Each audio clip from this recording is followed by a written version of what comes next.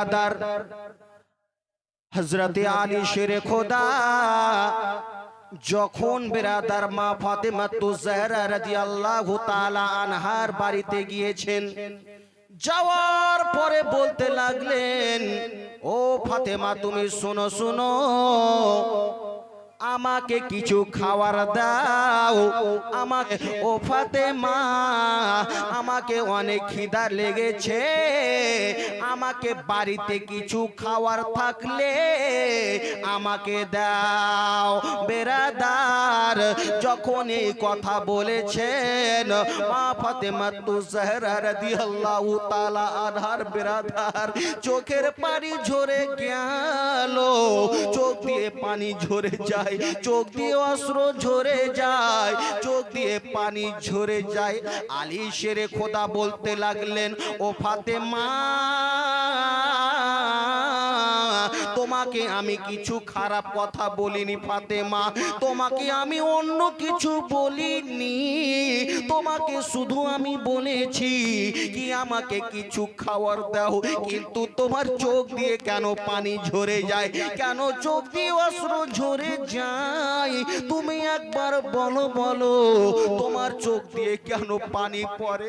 বেরাদার যখন এই কথা বেরাদার শেরে খোদা বলেছেন, রে বাবা, ফাতেমা দু চোখের পানি ফেলে বলতে লাগলেন, স্বামী গো আমি এই জন্য চোখের পানি ফেলতেছি গো স্বামী, এই জন্য আমার চোখ দিয়ে পানি পড়ে গো স্বামী, আমার এই জন্য চোখ দিয়ে পানি পড়ে।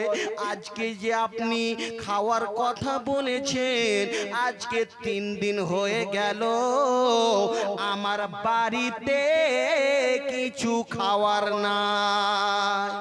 3 দিন হয়ে গেল বাড়িতে কিছু খাওয়ার নাই গো স্বামী, আপনি এখন খাওয়ার কথা বলেছেন।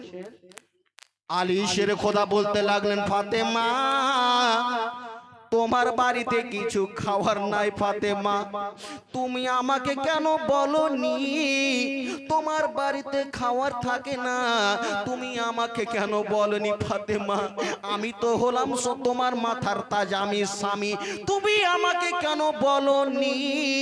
ফাতেমা কত সুন্দর জবাব দেয় রে মা বোনেরা।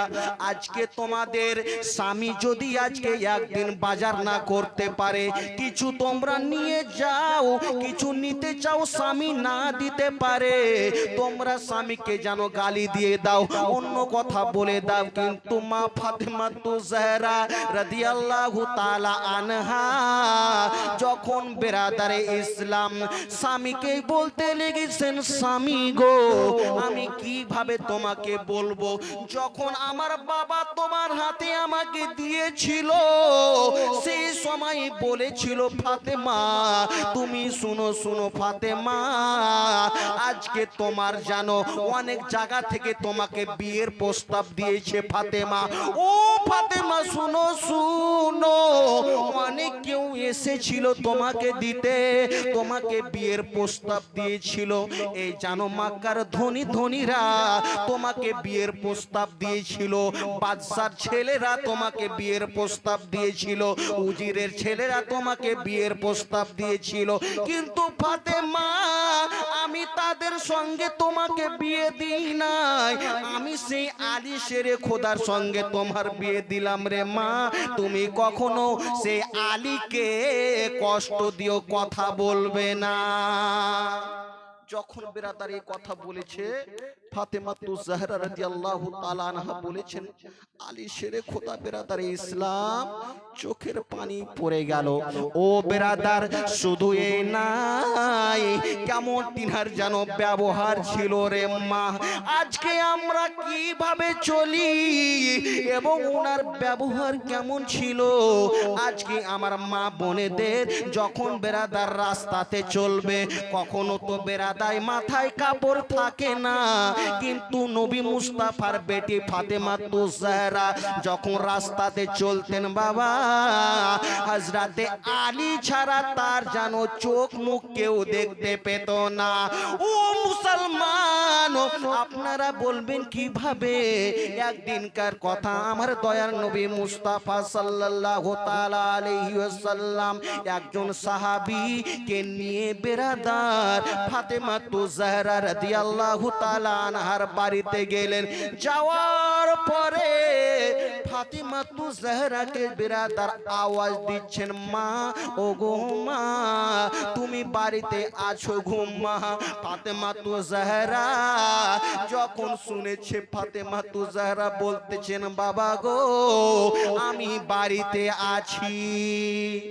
কিন্তু বেরাদার ইসলাম ফাতেমা তুজাহরা বলতেছেন, আব্বা জান এখন আমি আপনার সঙ্গে কথা বলতে পারবো না। কেন?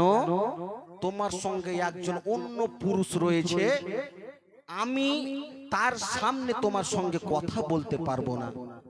ও বেরাদার, যখন কথা হলো বেরাদার, কিছুক্ষণ পরে আমার দয়ার নবী মুস্তাফা সেই সাহাবী চলে গেলেন।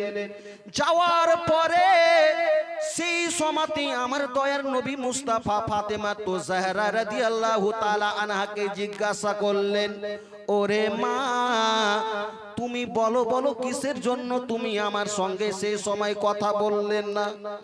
আমার দয়ার নবী মুস্তাফার কথা শুনে সেই সময়তে ফাতেমা তুজাহরা রাদিয়াল্লাহু তাআলা আনহা বলেছিলেন, ওগো আমার আব্বা জান, এই জন্য আমি তোমার সঙ্গে সেই সময়তে কথা বলিনি। ওই সময়তে অন্য একজন পুরুষ ছিল, সেই সাহাবী যে ছিলেন সেই অন্যজন ছিল। আমি ফাতেমা কারুর তাদের সঙ্গে সামনে যাব না। মা, সে সাহাবী তো দু চোখ অন্ধ, কিন্তু তুমি তাও কেন তুমি গেলে না? ওগো আমার আব্বা জান, আমি জানি তার দু চোখ অন্ধ, সে চোখে দেখতে পাই নাই, কিন্তু আমি ফাতেমা তো দেখতে পাচ্ছি। আমাকে সে দেখতে পাই না ঠিকই আছে, কিন্তু আমি তো তাকে দেখতে পাচ্ছি। আমি সেই মহিলা তার সামনে যাব, একজন পুরুষের সামনে। ও মা, বুঝা যাচ্ছে রে মা, আজকে আমরা যখনই রাস্তাঘাটে চলি রে মা, তোমরা কিভাবে পর্দা করো, আর আমার নবী মুস্তাফার বেটি ফাতেমা তুজাহরা রাদিয়াল্লাহু তাআলা আনহা কিভাবে পর্দা করতেন।